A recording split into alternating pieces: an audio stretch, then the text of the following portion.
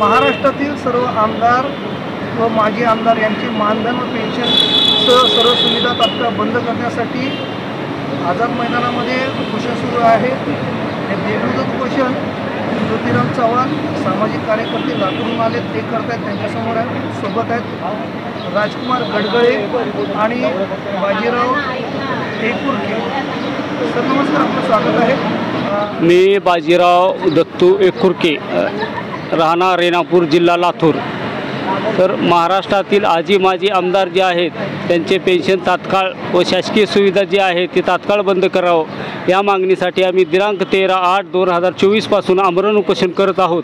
तरीही आजपर्यंत महाराष्ट्र शासन किंवा महाराष्ट्राचे मुख्यमंत्री यांनी कुठल्याही प्रशासनानं आमच्याकडे लक्ष दिलं नसल्यामुळं आजही आम्ही त्या ठिकाणी उपोषण करत आहोत। शासनानं याची तात्काळ दखल घेण्यात यावी। जोपर्यंत शासन दखल घेत नाही तोपर्यंत आम्ही इथून हटणार नाही।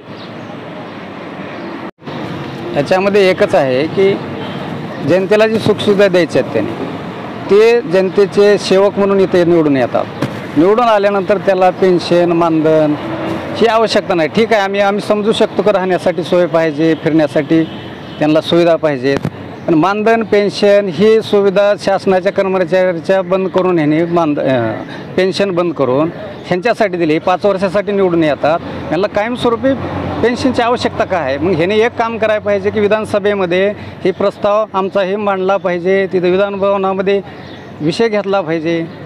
इंदिरा गांधीच्या काळामध्ये जी चळवळ उभा केली ती त्याचप्रमाणे इथून येणाऱ्या काळामध्ये जनतेमध्ये जनजागृती होऊन ती चळवळ उभा करण्याचं काम आम्ही निष्ठेनं प्रामाणिकपणानं जनतेच्या सेवेसाठी जनतेच्या सुखसुविधासाठी आम्ही प्रयत्न करणार आणि हे आंदोलन चालूच राहणार आमचं।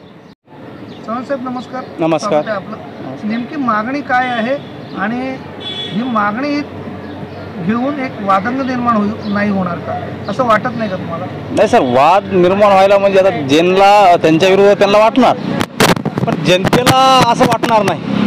कारण कसं आहे, आज बघायला गेलो तर महाराष्ट्रामध्ये आज कमीत कमी ह्यांना 2,40,000 असं एवढं मानधन महिन्याला जातं एके आमदाराला, त्यांना वाटेल।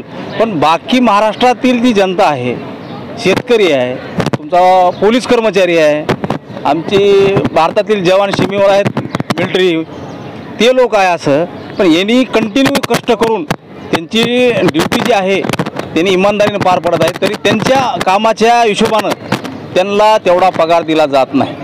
तर असं म्हणणं आहे आमचं की हे जनतेतून निवडून येतात आमदार, जनतेची सेवा करण्यासाठी आहेत, तर हे एसीमध्ये बसून तर यांना एवढा पगार का दिला जातो? मानधन समजा हे पगार म्हणजे मानधन, आणि यांचे 5 वर्ष संपल्याच्या नंतर पेन्शन ही यांना का दिलं? आज हेंचं जे कर्मचारी बाकी नाव घेतलं मी त्या लोकांचं 30 वर्ष 40 वर्ष ज्यांचे रिटायरमेंट आहेत, एवढं इमानदारीने यांनी कष्ट करून ह्यांना पेन्शन बंद, आणि कालावधी 5 वर्षासाठी असून यांना पेन्शन लगेच दुसऱ्या वर्षी आणि 5 वर्ष लढतात आणि परत पेन्शन पगार ते असं का कशासाठी?